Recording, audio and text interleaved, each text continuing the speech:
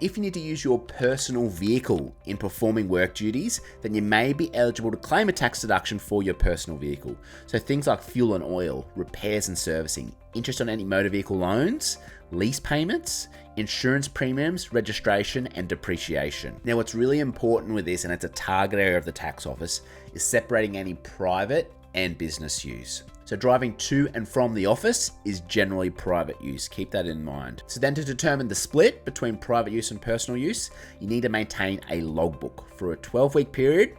And then the good thing is that once you do it, it's painful, I know, but it lasts for 5 years. And if you have a really, really high business use percentage, so maybe you drive to the office and then you're out seeing clients all day or out seeing businesses all day, then the tax deductions you can claim is generally worth the trouble of completing this logbook. Now, there are special rules around completing this logbook correctly, so I'll leave a link in the description to the tax office website to make sure you do this properly.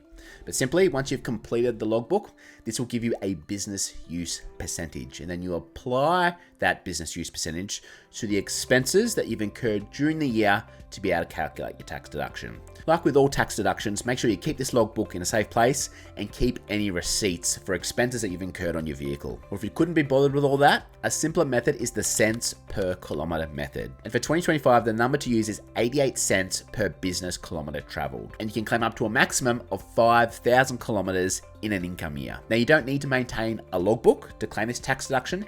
However, you do need some sort of records to show how you have calculated this deduction. And if you use this method, then you can't claim any other deductions for your vehicle. This cents per kilometre is an all-encompassing tax deduction for your vehicle. Now, what I've been discussing for the motor vehicle deductions are if you are an employee. There are separate rules if you're a partnership, company, trust, or sole trader, and special rules based on the type of vehicle that you use. So we'll leave a link to the ATO website below. Now, the next video in the series can be found right here.